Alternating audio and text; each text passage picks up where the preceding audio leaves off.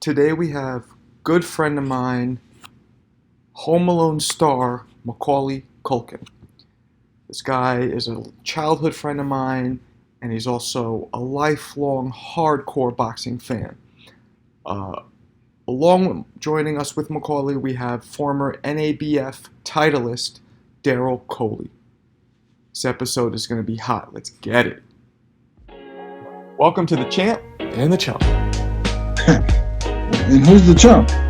You. Me. Welcome to our show, people. Yeah. Jeremy, weren't you in you were in the Kronk gym for a while, right? Yeah. How'd that happen? Like, why'd you go there? Because I wanted to learn how more defense, and I wanted to get out of Iowa. Oh, you went to the Kronk before you came to LA? I'm confused. No, my dad kidnapped me when I was 15 or 16 or whatever the fuck. He took me to Iowa. I said kidnap. I said that loose. I didn't want to go. Mac, Jeremy's was born in Iowa. So I thought that he left Iowa like really young. That's why I was confused. I didn't know you went I back. did. I left it when I was 2. Because And Jeremy then from Long Beach, California. they kidnapped me, took me back there for like a year, half a year or something. Then I left and went to Detroit because I wanted to box out there. I wanted to get out of Iowa. And I went from Iowa Iowa to Detroit, Detroit to LA, LA, New York, New York, LA, Florida, Florida back to LA. Long Beach. I mean, Long Beach. You remember, right, Mac, when I went up to Kevin's Rooney's for like that year? Yeah, up in like Albany, right? In Catskill, New York. Yeah, Oh, close. Catskills. Yeah, sorry, yeah. Yeah, that's where I Yeah, met. you keep moving your hair and it looks exactly the same every time you move it. Just for the record. Wait, I know. Well, I just got my head like got like shaved recently, so I'm still getting used to it. Yeah, so I'm just kind of I'm not used to being able to touch my scalp like this. I had a full beard and everything, man. My whole head feels naked right now. Really? Yeah. Okay. And well, you in LA now? Where you at? Yeah, I'm in LA. I'm in North Hollywood right now.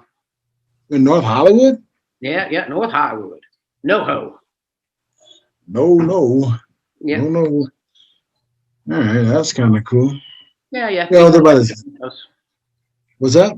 Me and the lady, we bought like a nice little starter house out here and stuff. So That's cool. That's cool. Yeah. I don't know that. Yeah, I got a house out in the valley too. Oh yeah, whereabouts? Granada Hills. Okay, yep. Jeremy sparred Riddick Bowe before a few times, right? Yeah. And he sparred Lennox Lewis too, but apparently Lennox was a lot tougher. Yeah, he was. I don't know. He was more. He was craftier. You know what I mean? Lennox. Yeah. Huh. And he had long ass arms, and I was like, Yeah, no, his reach was insane. I just rewatched some of his stuff earlier this year. I'm just like, geez. yeah, he like from fingertip to fingertip across his back. It's like damn near freaking 7-8 feet, bro. No, we need to extend that, man. Look at it, yeah, like that. There was power at the end of those.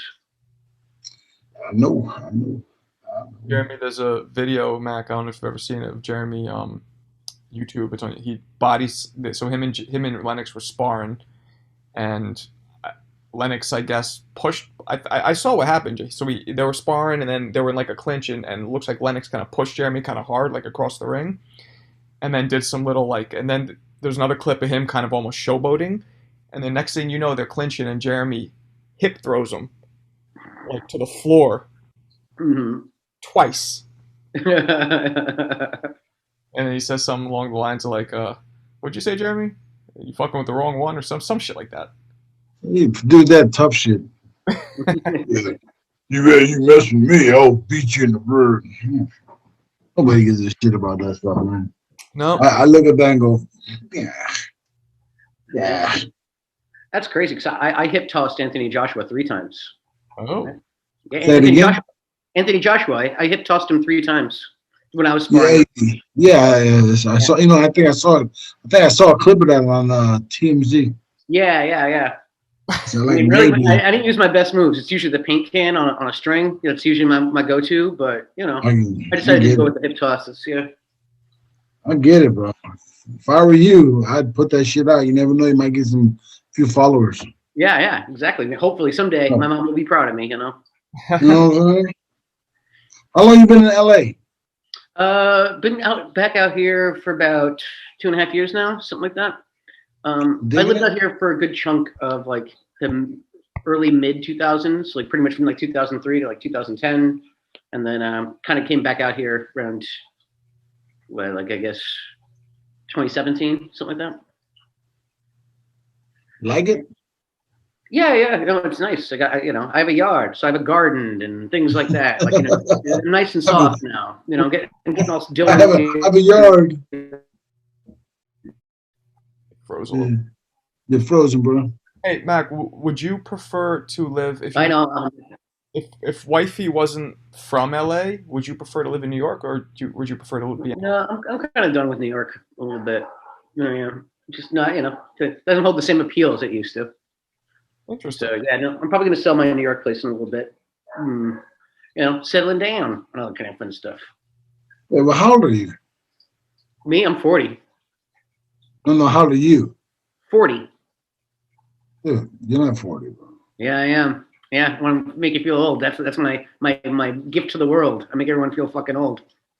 Fuck. 48, man. Goddamn. Yeah, that's right. I'm 44. Wow. Wow, we're all getting old. Yeah. No, I am 40. Jeremy, you look the oldest though, I gotta say. Dude. Oh, never You're mind. pretty handsome. I don't give a fuck if he's a Hollywood dude. I look pretty good. Yeah, no, you look great. Yeah. Not to mention, I can probably beat up everybody on right here. I don't know. I did hip toss Anthony Joshua a couple times. That's true. But I'm just gonna put it out there, and I don't want nobody to be scared. I know karate. Oh my gosh.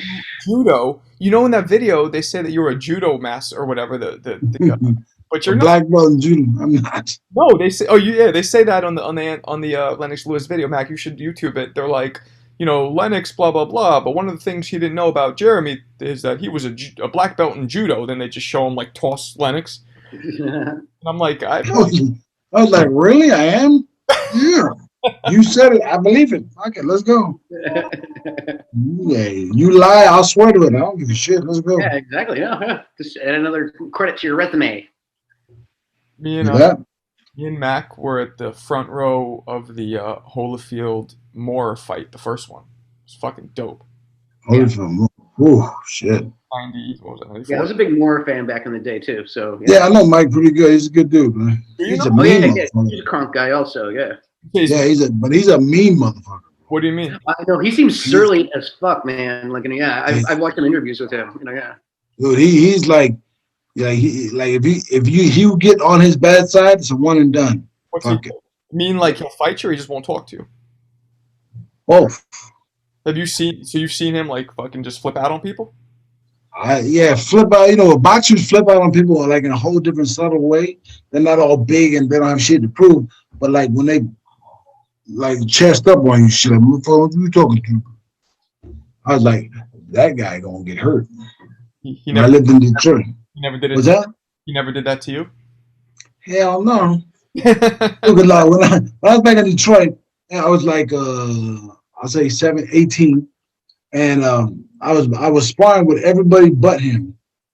Why? Because you were the same weight at that point, right? Exactly. And I was pretty goddamn happy I was sparring with everybody but him.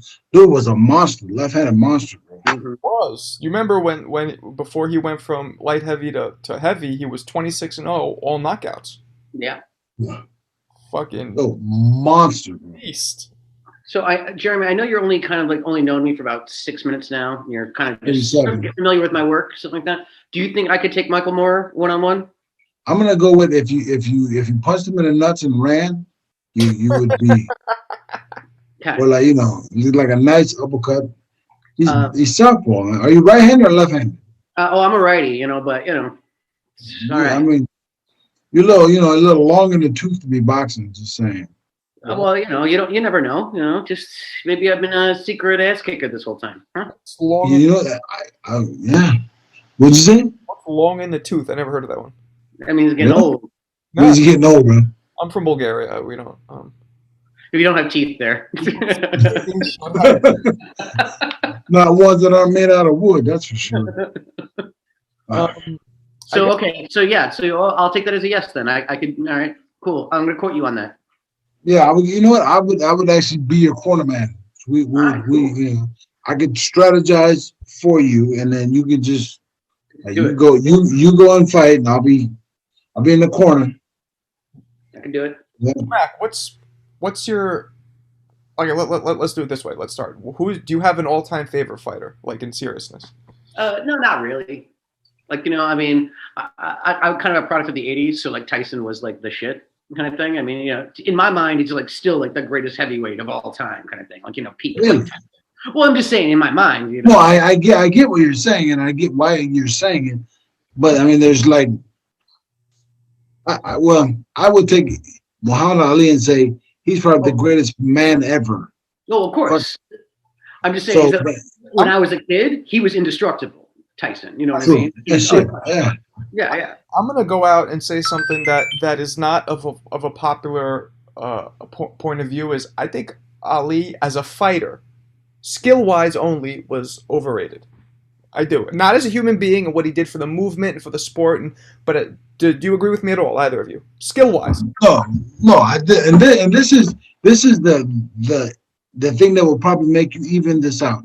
Like when you do the basics damn near perfect, you become good. I'm sorry, you become great. Like think about this. In-N-Out hamburger place, the place here in LA. In-N-Out. They make hamburgers and cheeseburgers. That's it. French fries, Coke, easy shit. But that's all they do. They don't need anything else. Ali was hamburgers and French fries. That's it. You agree with me? No, I disagree with you. I think Ali was one of the greatest. Like he almost never threw a body shot. Almost never. You can count them probably on two hands. Why is that good? Just because he was able to win by doing? No, because his basics were so gifted. Like if you only had two punches, well, I would say three, four punches, and you beat everybody in front of you, and then you change the world. How does that not make you one of the greatest humans ever? I think that Ali blinded people with his unbelievable charisma and his, for the time, very controversial behavior. I think that had a huge thing to do with it. His skill was definitely one of the best, but I don't think he was the best. I think, Okay. I mean, Joe Louis was a better fighter in almost every regards. Everything he did in the ring, he went undefeated almost 13 years. He was knocking people. I don't know. That's just me. I think Ali's kind of like, you don't see what I'm saying, Mac? Do you agree at all? Yeah, no, I hear what you're saying. I would say that Ali's division was tougher than Joe Louis's at the time, also. So there is that. Or was Joe Louis just that much better than everybody No, true. He's just making everyone look like fools, But I mean, you can't say that the heavyweight division isn't stronger now than it was when Klitschko was coming up. You know what I mean? Like, was it just the fact that he was destroying everybody, or the fact that it was a bit of a lull in the division generally. Yeah. Yes. So I mean, I think it was a little bit of. I think it might be a little bit of both. But listen, Ali is fucking awesome. You're not gonna hear me talking any shit about him. You know what I mean? Like, yeah, I mean. And just to be clear, I'm not talking shit. I think he's one. I mean, do you think peak Larry Holmes could beat peak Ali? That's a good question. Possible. That's how. Think? Here comes Really? I mean, Larry Holmes went on. I think it's a great fight. That's how. Oh, they used to spar, and Holmes used to get in his ass. I mean, I know he's a little older. Yeah, but he's older. He's a little older. Like Ali 22, Larry Holmes 22. I don't know. I got Ali all day. Yeah. Hey, Macaulay Culkin. That's me. What's up? Hey, can I ask you a question? It depends, but yes, absolutely. Are you home alone? Heck no, I'm not. Fuck no, I got my lady here. What you talking? I'm older now. I want to make sure you're not home alone, man. I know. Believe me, I never heard that question before in my life. Derrell, Mac is 40 years old. Do you believe that? Mac, Macaulay. Is he 40? Is he 40? No, he's not, man. Yes, I am. Hey, how old was you when you did that movie? 8, 9, 10? Yeah. No, that's what I mean. That movie's 30 years old. Wow. Are you serious? We are. No, let me check my birth certificate real quick. Yes, I know how old I am. Hey, man, when your birthday, man? August 26th, 1980. Wow. That's good. Yeah. You do got Hey, man, you got a sweater on. So, Derrell, you never met Jeremy before, right? Never. No. I met Jeremy.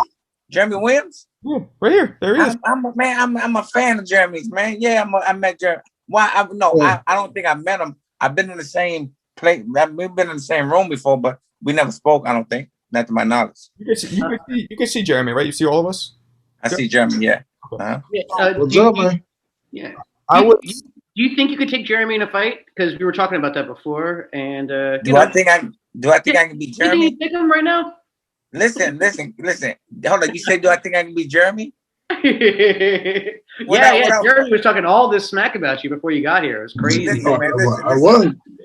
Listen. Let me say this to you. Hey, Jeremy, this is what I'm gonna do, Jeremy, because we're friends. I'm gonna box you. You work on your defense and see how you like that at the end of that. You can't throw no punches. Then I would say my defense is my offense. Well, guess what? No, listen, man. I remember Jeremy, man, when he was hot, man. I used to watch him. I'm a big fan of Jeremy, man. Big fan. So thank you very much. Remember him as an amateur because you guys are around the same age. No, I don't remember him. I just remember he was a pro. I mean, I'm telling you, he was a huge prospect, man. Let me tell you something. As an amateur, Jeremy cleaned out the light heavyweight division. Like fucking was scaring dudes. I mean, we talk with Chris Bird, we talk with Winky, all these people who are on the Olympic team with him, and he had 70% knockout in his 300 amateur fights. And you know, my man, you know how hard it is to knock out as an amateur. Yeah, it is very hard, very hard. It was no joke. No. I was looking you up, man, Derrell. I know about you, and you were like, for those people who don't know, this is Derrell Coley. You reminded me a lot of like a Tommy Hearns. You're lanky. What are you, like 5'11"? I'm 5'11", yeah. But you were 135, right? No, 147. 147. But still, and this dude had fucking power. He has speed, and he would move around. You reminded me a lot of a Tommy Hearns. You had a really good career, man. Thank you. Yeah, no, for real. I'm saying this out of respect. I had two trainers that never had professional boxing, matches, and they didn't have no experience. And a lot of people said this to me. They said, Derrell, when we fight you, we know you're a great fighter. They said, we listen to your fight tapes and listen to what your corner's telling you, and they're not telling you anything. And the thing is that I know my trainers didn't have no boxing experience, but to be on the level that I was on. But if I had to do it all over again, I wouldn't trade them in for the world, man. I wanted to make them something. Let me say this. I wanted to make them something. That's why I was loyal towards them. They got inducted into the Boxing Hall of Fame in 2008 because of what I've done as a boxer. And guess what? I seen the video in 2010. I asked my trainer, why y'all in tuxedos? What was that about? They said, Derrell, I forgot to tell you. They inducted us into the Boxing Hall of Fame. They didn't even tell me. I'm the only one that they trained. They didn't let me know. That's crazy. That's crazy. So where are you at now? I'm in Maryland, man. I'm in Germantown, Maryland, where Simon Brown grew up. Oh, okay. Yeah. You're from Michigan, right? No, the Oberkars from Michigan. I'm from Gary, Indiana, but I grew up in Washington, D.C. Oh goodness, well, I was off. I thought you were from Michigan. No, it's from Gary, Indiana, the home of the Jackson 5 over here. We live close to the Jackson 5. The Jackson 5. Heck yeah! Wait, can you dance? Can you dance? No, I'm terrible at dancing. No, me too, but I'm terrible at He dances with these. He dances with the fists. the old fist dancing trick, huh? I get Could it. you put Yeah. that? Could you Am put, I too far away? yeah, a little bit, but a little closer. Yeah. I'm cool. I'm cool, right? Oh, yeah, good. I'm not. I'm not. Man, I'm in that. Good. I'm not in. I'm not in phone holding shape. Yeah, you could just yeah, that was perfect like that. So let me ask you a question, man. Um, of all your fights, oh, you pieced out. Where'd you Go. go? I'm out. Yeah, I'm yeah. good. Oh, no. There we I'm go. good. There you go. Yeah. Of all your fights, what would you say was who was the toughest guy you ever faced? That's not a hard question. Oscar De La Hoya was the toughest opponent that I had. When I felt when I fought Oscar, I was 34-1. Oscar was maybe like 33, 32-1. Because he just lost I fought him right after he lost the finish Trinidad. Oh, And I felt with Oscar, hold on. Yeah, I feel with Oscar, I feel so much boxing experience. The man has one of the best boxing resumes I've ever seen in my life. You know, he fought everybody, and I felt the experience from day one. I mean, from round one. You know, and as I can prove, he never made weight though. He was overweight. They cheated me on the scales. He felt like a middleweight man. He was heavy. He was heavy. Yeah, I was just watching that, man. He looked big there too. I mean, also like I'm sure you're used to being the taller guy in those fights, and he was not a short man. Now we was around the same height, but I'm gonna tell you what happened. This is the biggest fight of my life. The night before the fight, I didn't get no sleep because I'm sleep, but I'm not sleep. I'm in my head. The biggest fight of my life. The man is huge. He's a middleweight, and just imagine how much he's gonna weigh tomorrow when he weigh in. So, I really couldn't. I was kind of mad because my trainers, my management team, didn't say anything, didn't say nothing. I'm the only one screaming about the weight because when I first walked in, when I seen Oscar, I know what a 47-pounder looked like. So I'm saying this to him. I looked at Oscar and said, "Man, you look pretty big. I'm gonna watch the scale," and we laughed. When I got on the scale and put it on 47, it didn't move. I wore probably like 145 and a half, maybe 146. When he got on the scale, it hit the top. The commissioner said, Did it jump or did it go up? Huh? Did it jump up or did it slowly go up? Jeremy, it hit the top, and they said 147. He got off and drunk something. Jeremy, it banged the top. It banged the top. explain this to It banged. Okay. explain this to people. You said that. Okay. Well, let me explain what this means. Yeah. So we have medical scales that we weigh in on. We don't weigh in on digital scale. We medical, and so if you are your exact weight 147 when he stepped on the scale, there's a pin that moves up. And if he's 147, the pin neither goes from to the top or the bottom. It stays right in the middle, even. That will tell the judge, referee, everybody, people who did that guy is exactly 147 pounds. Now, if you jump on a scale and it doesn't move, you are under. You jump on a scale and it bangs the top, you're not only you're over by maybe 2, 3, 4 pounds, 3 or 4 pounds, depending on what it is. And so when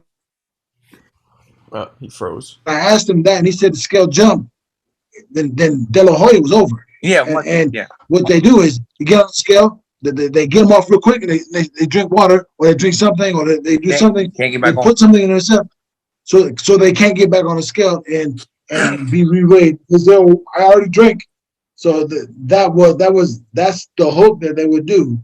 They do that in Europe. They do that everywhere, and that's why it's important that your trainer, the guy who's watching that guy on the scale, as well as yourself, you need to make sure that scale does not move.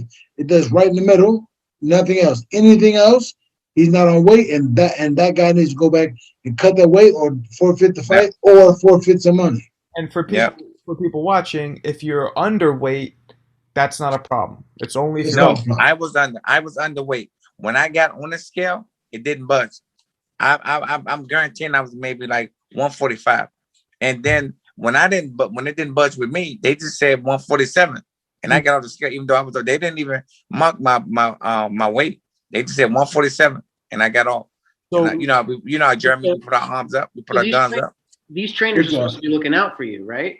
Hey, listen, McCulkin, listen. I'm at training. Carly, listen. I'm at training camp. It's a guy. It's an older guy in there. We've written the training camp up. I'm fighting the biggest fight of my life. Hello? We're here. Yeah, we're here. Hold on. My thing went out. Can y'all see me? Yeah, we can see you. Good. Okay, let me see. So when I'm fighting the biggest fight of my life, and they got this old guy in there, this old white man in there, and I'm telling them, because I'm guaranteeing they paid my trainers, because my trainers was fussing with me because it's what can he do? I said, listen, I'm not training with nobody in the gym, the biggest fight of my life. Why y'all letting him come in here? We're gonna be in for 2 or 3 hours. He can come in after we leave. They let this guy come in. This guy would never look at me. He would never look at me until I'm in there boxing. He's watching everything. And what I think, like Oscar told me 4 years ago, 4 years after the fight, he said that was their spy. He had a hat on with a video camera in it, videotaping everything that I was doing. Oh, wow. Yeah. So these trainers that were supposed to be looking out for you, they're in the Hall of Fame now? They're in the Hall of Fame. No. Listen. I've been with them since I was 9 years old. I was with them since I was 9 years old. But think about this, and no disrespect, and it is what it is. They're in the Hall of Fame. You won a championship. These guys, if they had been seasoned professional trainers, would have never let that happen. Yes, no. They know the game. No, never let them happen. It would never happen. Like when you train, especially when you're ready for a big fight like that, you buy the gym out. You buy the gym out for a month or 2 months or however long you needed it, and nobody watches you do what you do. Right. Because everybody, this is a money game. It's not for fucking who's the best king of the block. This is for this for to fatten up your pocketbook, and that's what that happens. Right. So I'm saying the same thing, man. It hurt me to my heart because for them to sit there, these are the only trainers I've ever fought with, amateur and pro, and for them to set me out over whatever they got, because it's Oscar. I knew and I'm saying this to them. If I'm saying this, if we're training only for 3 hours, it's 24 hours in a day. Why do he have to train? Why do he have to train when I'm training? I mean, why? It doesn't matter. I mean, we had the biggest fight of our life, and you're sitting there. This old man isn't doing anything but trying to stay in shape. So we're going to the gym at 11. Why he can't come in at 10, or why can't he leave? I mean, come back in at 3 o'clock. I got to a point, man, that they argue me down. Oh, Derrell, come on, man. Let them say, don't worry about it. Blah. And after I thought about it, man, they had to get paid. Sport. It's a money. Boxing is a business. It's not a sport. No, it's not a sport. It's a business. It's a business. Speaking of Oscar, what would you, when you got in there with him, we talked to a couple guys who fought him. What would you say stood out the most about him? Was it his experience, his power? What do you say? What do you think it was? Well, I mean, Jeremy can vouch for this. I'm gonna answer the question, but on my professional debut, the professional gloves they fit a little different than the amateur gloves, and I'm telling you, I'm just laughing so hard because I'm like, oh my God, they give me these. Oh, I'm a kick his butt. Do you know when I walked through Yeah. You said, I remember when I put on those gloves too. I was like, I'm about to kill somebody. These guys. No, I know. I wanted to use the word kill, but I ain't want to say it on the thing. But listen, I'm saying this to myself. I'm gonna kill this guy. When I walked through the ring, guess what I said? He got him with you. I gotta watch out. Hey Jeremy. The whole time I'm in the dressing room, I'm laughing like, oh my God, why they give me a little glove? I'm gonna kill this people. Man, when I'm walking to the ring, I say, "Oh my God, he got the same gloves I got on. I gotta watch out."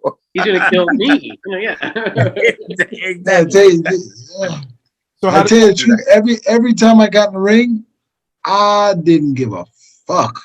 For real? Are you serious? Oh my God. I was like, I mean, look, I've lost 4 times in my professional career out of 50. Wow. 3 of them, I knew I was gonna lose before I even fought. How? How you know that?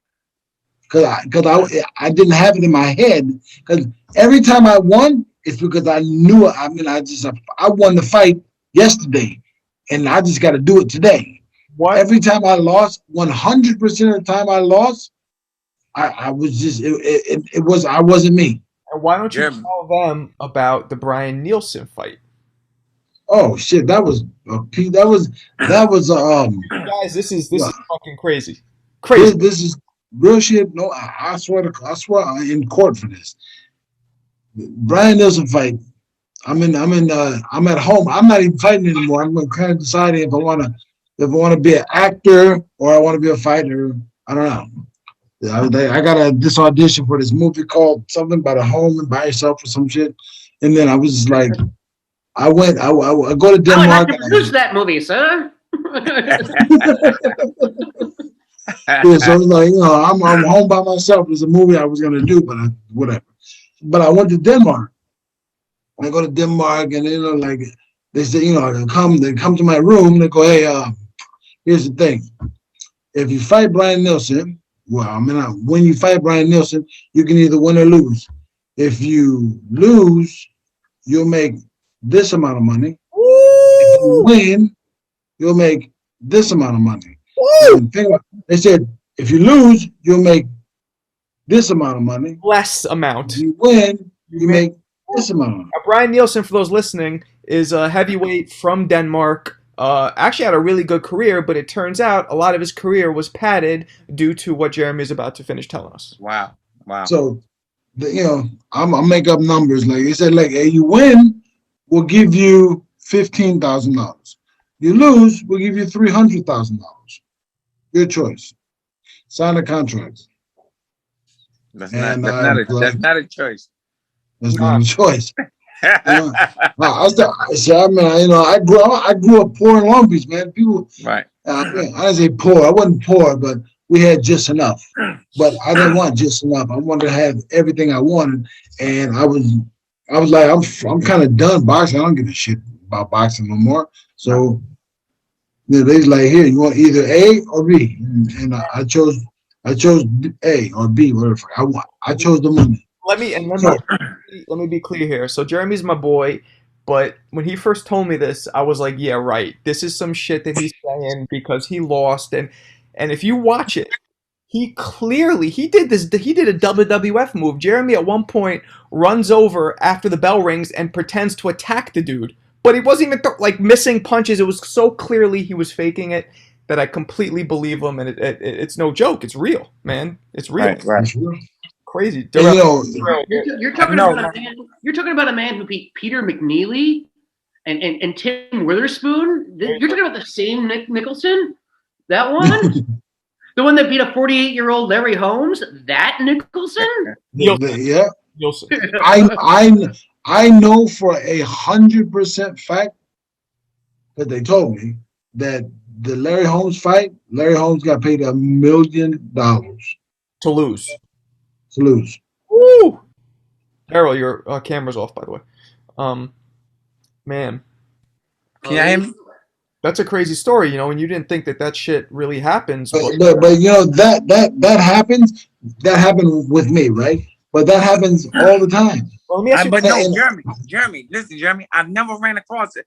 I was hearing like Corey Sanders, the guy, not the one that died, not the one that, but Corey Sanders from DC. We had the same management and trainers, and he was telling me so many stories like that, and I never in my life ran across them type of stories, man. Like a setup fight, I never seen it. They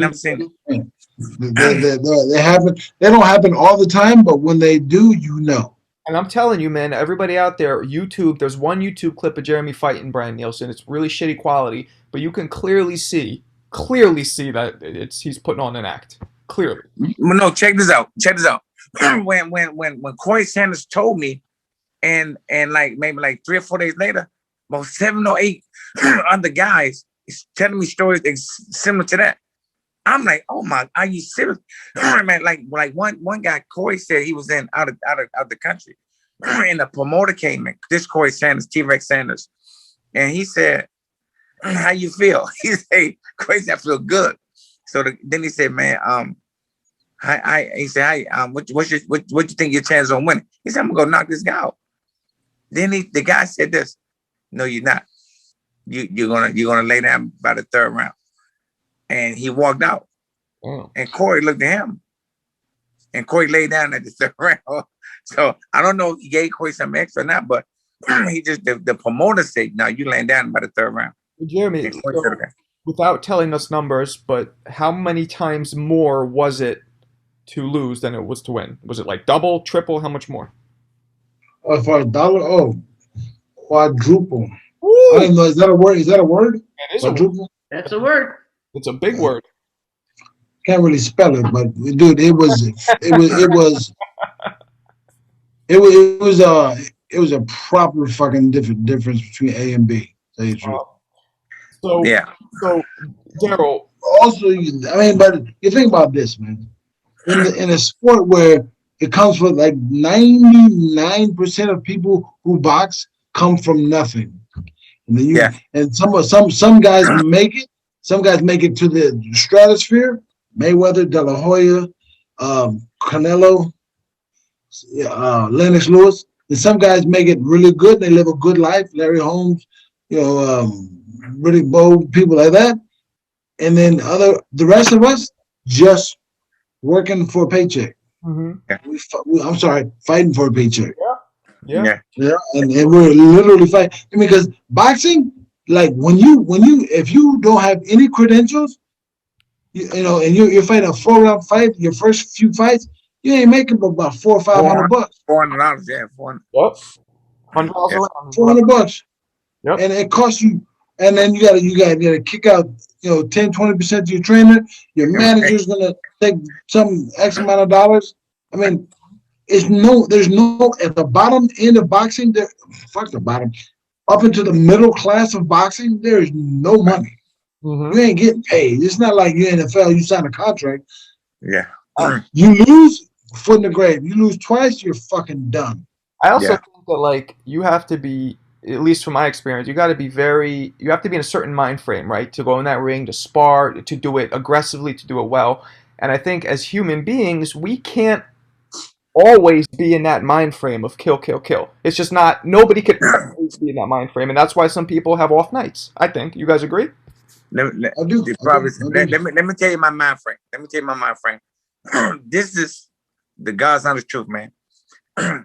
I was scared. I had to scare myself. This is what I said to myself.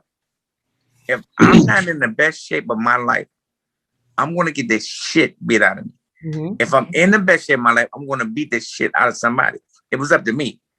And I said, because can't nobody beat me if I'm in shape. So I said, all these girls riding around at night when I'm supposed to be asleep, I ain't going to do them and get my ass kicked.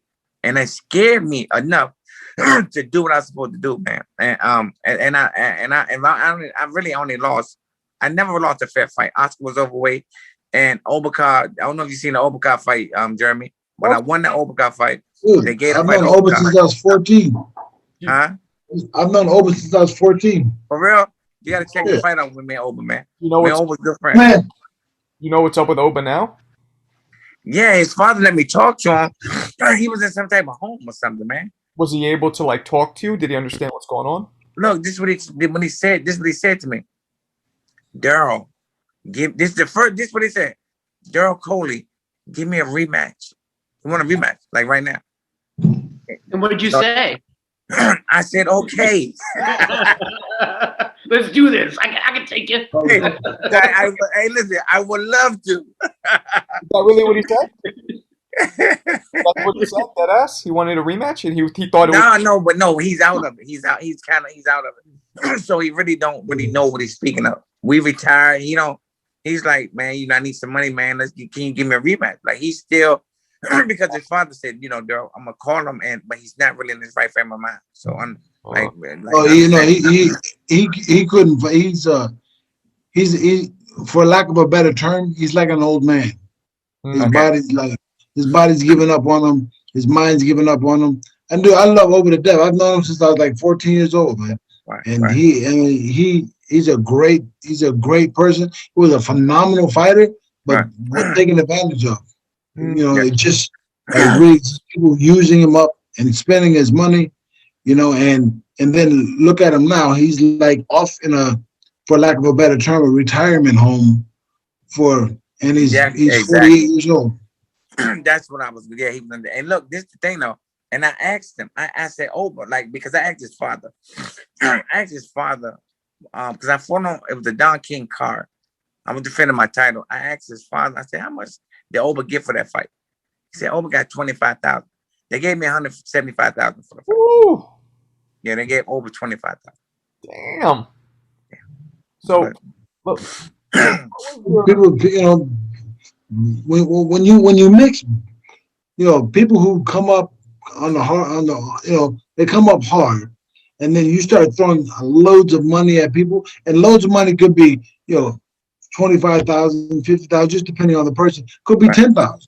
But when you start doing that, and then it becomes, and you got a talented athlete that's fighting, and he's supporting your new lifestyle, man, that money becomes so easy to take. And people and fight. That's how fighters get fucked, because people they go to the guy that the fighter trusts. They go to that guy that's standing right behind him and say, "Look, we'll give you X, and if you can get him to do this, we'll give you X." And that X means the world to the guy behind him. And then now that guy behind him is looking for other people to get the same thing to do. Get other fighters and this and that. Boxing is a fucking business full of snakes and a lot of nasty people. Well, let me say this. Hey, Mac, do you think that there's any similarities between boxing and acting in terms of people, managers, people taking too much, taking advantage of people, that kind of thing? Well, yeah, sure. Whenever you put money involved in something, of course you're going to get some shady people and some corruption and shit like that. But yeah. There's all kinds of stories floating around. Nothing I'm willing to share on a podcast. But yeah, no, I mean there's some shadiness. I probably would say that the boxing is definitely just dirty, just freaking, you know, like, I mean, I think that's some of the big turnoff that kind of happened with boxing for a while there. You know, I mean, of course, there's the rise of MMA and shit like that, but like, you know, there was a lot of those kind of fixes in a little bit. You know, just. So it can be a little gross. Nothing that Jeremy just said is surprising to me as an outside observer of the sport. You know, And I guess it's also like, you know, as fighters, we put our life on the line, and it's an emotional and a physical fucking beating. So if anything, probably make more money, you know. But yeah, well, you know, an emotional beating. That's all, not the physical one. Right. But that's the thing is, boxing is a huge sport in this country, and yet there's no organization like the NBA, NFL, or the National Baseball League. There's nothing for us to give us that standard minimum, you know, like standard that like I can turn some knucklehead I find on the street, I can turn him pro in 3 weeks and give him a fight, get the life beat out of him, and throw him away. I think it's there's no bottom. Yeah. There's no union. There's no health care. You know, there's no retirement pension plans. You know, yeah. I think do y'all excuse me, like, do y'all know that I'm just finding out something just now? I'm just finding out something just now based on having this conversation. Guess what I just found out? What's that? I wasn't good enough for them to throw that for me to. Hey, look, I wasn't on that level for them to bribe me with the big cheap fight, man. I wasn't big enough. Hey, Jeremy, you was big, man. You know, I know, but a lot of fighters told me, man, that it's a lot of fights that set up. I never experienced it. I never experienced it ever. Not even close. It's terrible, man. It is a like I said, boxing is a business. The sport part of it is dead years ago. Let me say this to you. Now, I'm throughout the years I've seen people. Derrell, man, you won the Overcome fight. I met all three of the judges. I'm talking about maybe like 10 years after the fight with me Overcome. They said this because Mike Tyson spoke to Don King. They said, Derrell, we had you winning the fight. I said, how did I lose? This is what the thing is. The ring announcer, whatever the ring announcer, it may have said Derrell Coley the winner in the red corner, but Don King gave the ring announcer the eye, and they called Overcome the winner. On the paper, it didn't say Overcome. The paper said Derrell Coley. The paper said Derrell Coley, and they called it Overcome, and that right there gave me a loss. King was promoting Obakar? Yes, he was. Yeah, he signed Obakar. He signed Obakar for a bag of chips and fucking bag of a Mustang. I was there. I remember. I look, real shit. They're from Detroit. They live in Detroit.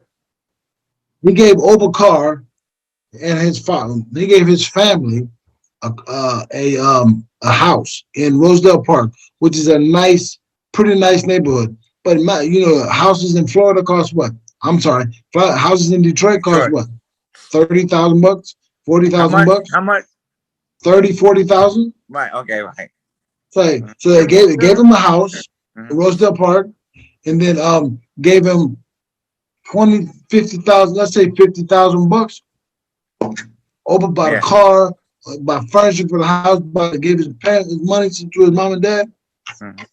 But okay, now you got to go to work, and then you go fight, and I'm gonna make every dime of that back quick. I'm gonna make all that $70,000 I gave you. I'm gonna make that first. Yeah, and everything else you can get. Overcard brought a black navigator. I remember that. He brought a black navigator. I remember. So me and Jeremy met up in Catskill, right? And Jeremy was, said it earlier, Derrell. Jeremy was brought in. He was the next hot prospect. He was managed by Mike Tyson's people. And I remember we would go out, right? Because we literally lived in the same house. We were in the same fighting camp. And he would have dinner, and his management was paying for everything, buying him. I remember, Jeremy, you got some like sheepskin jacket or some crazy. Oh, remember that? Yeah. But at the end of it all, they handed you a bill, right? Yeah, dude. There's your bill. Yep. Nothing is free. Nothing. And I would get on the itemized list, and I didn't really give a shit at the time, but I was thinking about it now. Like later in life, I started thinking about it. Like the tolls in New Jersey going to Atlantic City, the tolls to get to the fucking the expressway. Get to the fight. I would get a bill for it. Wow. Yeah. Fucking crazy. Both ways. Yeah. Wow. Let's see. Derrell, what would you say was your most gratifying victory of all your fights? Oh man, I had a fight. let me explain the situation. I was number 2 in the world, and I told my promotion company, which was American Present at the time, I told them I'm tired of I'm number 2 in the world. Pernell would keep fighting. Pernell was champion. Pernell keep fighting guys with 6, 7, 8 losses. All my last 4 fights was undefeated guys. I'm not fighting no hard guy. So make a long story short, they gave me a fight with Kip Diggs. I turned the fight down. Kip Diggs was 28-1, something like that, and I was 27-0, 25-0. I said I'm not fighting no Kip Diggs. Kip Diggs fought one of my buddies, my stablemates, Curtis People. He knocked Curtis People out in the first round. I called them, my trainers, my management team, right before they even got out the ring. Give me the fight with Kip Diggs. Kip Diggs can't beat me. Make a long story short, because I turned the fight down the first time when I was training to fight Kip Diggs, I caught the flu. We didn't already sign the contract. I caught the flu. I got doctors knowing that I can't fight. They said, Derrell, if you don't fight this fight because you pulled out once before, we're gonna strip you from your number 2 ranking. Even though they probably didn't have the authority to do that. I fought Kip Diggs anyway. This is the thing. I said I'm in the dressing room. I'm in the dressing hitting the mitts, and everybody's going off. My trainer said, "Yo, give me a 4-piece combination." I faked it like I'm about to throw a combination, and I backed up. And when I backed up, because I was tired, I didn't want them to know. So when I said, okay, I'm gonna have to stay away from Kid Dix because I don't want to get into no conversation with Kid Dix because I'm weak from the flu. So make a long story short, I'm dancing. The first round, I'm dancing. My legs buckle. I said, oh my God, this is gonna be a long night, man. Kid Dix knocked me down 3 times, man. I got up and knocked Kid Dix out in the 11th round. Ooh, That was a tough fight. so That was tough. that's your most gratifying victory. Exactly. Yes, most definitely. Most definitely. Most definitely. That's impressive. Who's your favorite fighter now? Who you like watching? Oh man, Tank Davis. I like Tank Davis. I no. Let me back that up. I like Gary Russell. I like Gary Russell. Gary Russell? Yeah, I like Gary Russell. Yeah. Hank Davis is from where you live, right? Yeah, from what? Yeah, Gary Russell is me and Gary from Capitol Heights, Maryland. That ain't gonna work. Yeah. That's me and Gary. Okay. Me and Gary from Capitol Heights. Okay. Me and Gary from Capitol Heights. Well, hey, no, that's some bullshit. What's life like in Maryland? Man, you know what, man? I don't come out much, man. I come out like 4% of the time. May go to the store. I haven't been out. I haven't been out in like probably like 20 years. No, I'm gonna say like 15 You're years. home in the store. I'm in the home in the store. I mean, I haven't been to a club. I haven't been to a bar. I never smoked a drunk in my life. I don't go out. So what do you do now that you retired from boxing? I'm a CDL licensed driver. I'm a truck driver. Oh, okay. Yeah, I'm a truck driver. You try like 18-wheeler truck driver thing? Yeah, exactly. Yeah, I'm the big dog. I'm the big dog. I got my class A. Like all night? You do those like all night drives? If I I don't, but I mean I could, but I don't. Are you designated? Say it again. You do designated routes? No, I don't. What the hell's that mean? What the hell you do? Shit, I'm not guessing. No. You saying no? I'm saying. I mean, I got certain routes. I'm talking about. You talking about overnighters, like overnight routes? No, I'm saying designated. You go to A to B, A to B. Oh yeah, A to B. Yeah, designated. Yeah, exactly. Yeah, that's what I do. Hey, Macaulay. Yeah. Listen, man. I don't take this in no disrespectful way, man. But God, here we go. No. Come on, Macaulay. Listen. Listen, if he was my manager, champ, if he was my manager and I had to fight you or Jeremy, I'm kicking your ass. I'm a spry 40 years old over here. You sure you want some of this? Come on. Okay, well, how much you weigh, Mr. McCulkin? Well, that's what I was just about to say, man. Like I'm a welterweight right now, but like when I'm in fighting condition, I'd probably be a feather. You know, I mean, that's kind of, I'm getting a little doughy around the edges. Is what I'm trying to say, and trying to say this has been a long quarantine, and I'm not exactly in fighting shape. Well. None of us are at this point. No, you're not. Oh, there you go, muscles Marco over there. Look at that. Well, nice question, Darryl. I still hit the bag all the time. Do you still work out? You hit the bag? You spar? Do anything? No, I don't do anything. You know why I don't do nothing? Because I really think that I still can fight, and by me training, and that's gonna make me fight again. I mean, I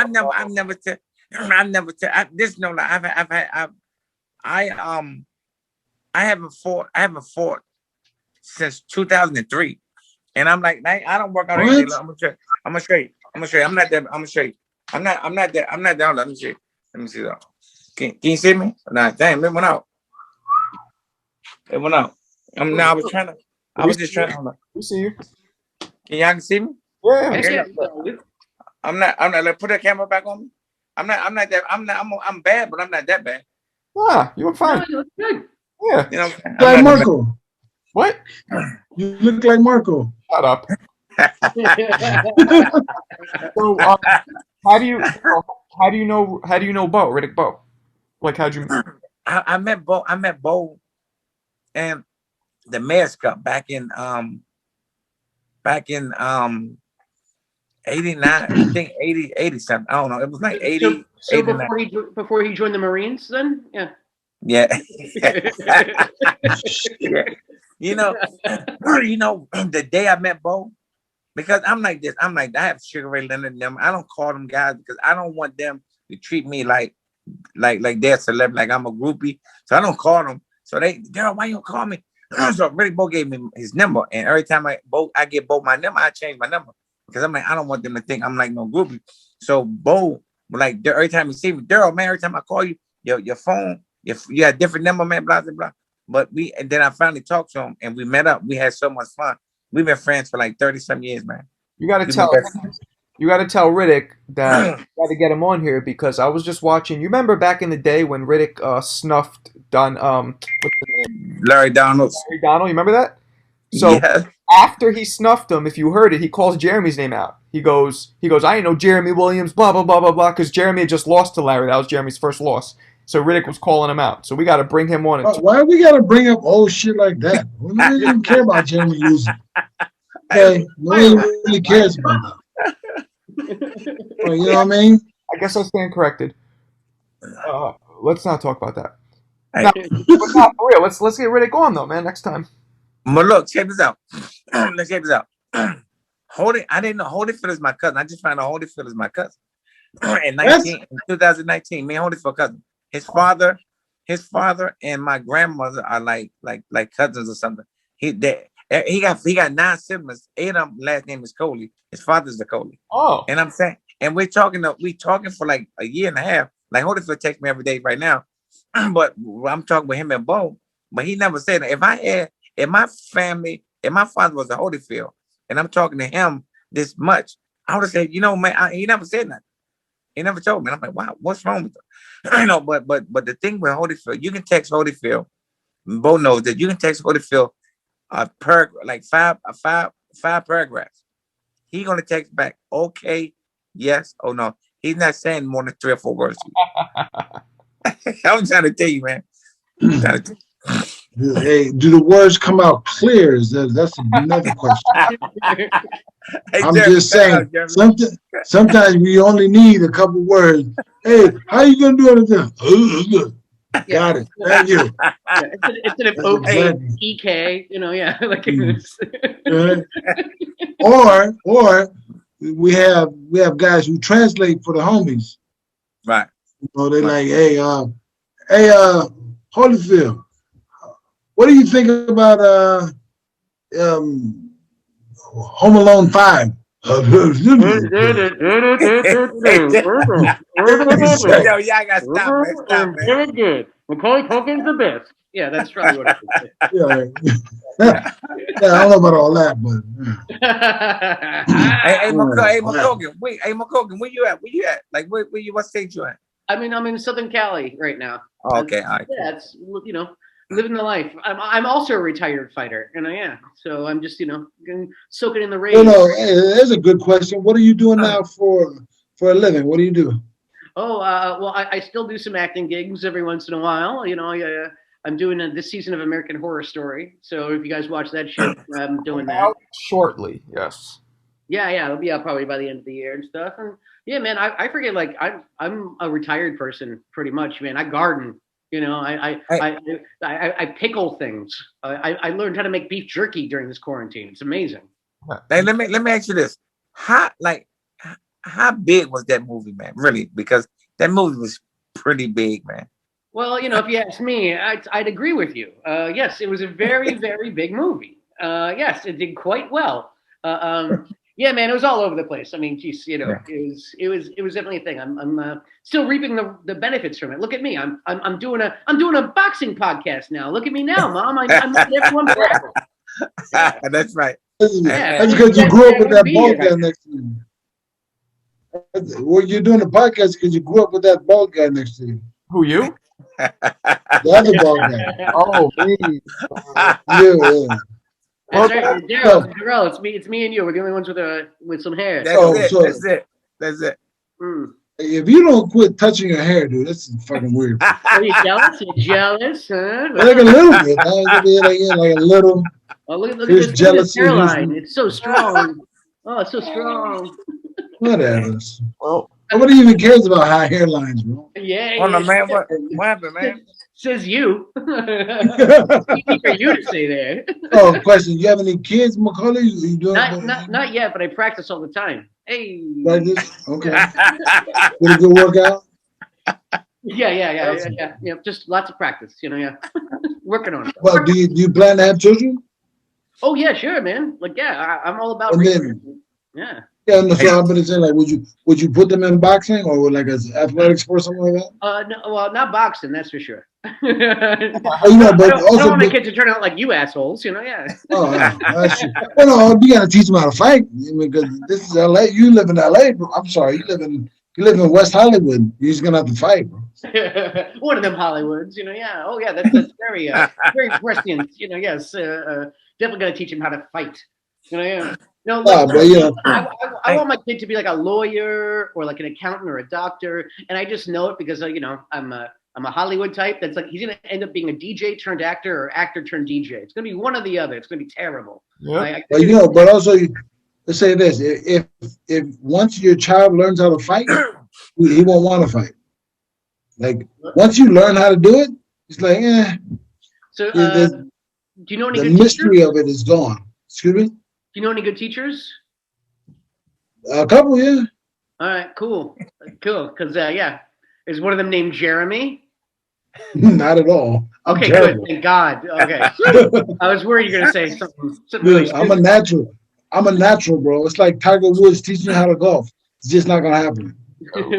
Well, I mean, yeah, I'm pretty sure he's still out of our when it comes to paying for him. Pretty sure his answer would be no. Hey, bro. I know you got that homemade internet, but you probably should. Nah, man, I keep touching them. Which gun? You there? All right, well, guys, this was fun. This is great, man. I appreciate. I can't get back on. Well, we're about to get off, so That's good. That's good. I can hear y'all. We have fun, guys. I appreciate Derrell. Appreciate you coming on. Yeah, man. As always. I appreciate it. And yeah, man. Good talking. Hold on, man. Macaulay. Listen, man. Home Alone. Hey, say his name. Macaulay. What is it? Listen, man. I want an autograph from you and Jeremy, man. All three of y'all, if I get one. I want an autograph, man. I'm sure, man. Right. I mean, I want an autograph. I got no problem for you. You say what? I'll autograph some gloves for you. That's what I want. That's what I want, man. And I'm gonna leave him home alone. Yeah, perfect. Hey, man, thank y'all, man. Thank you, man. I really appreciate it. Talking to everybody. Peace. Peace. All right.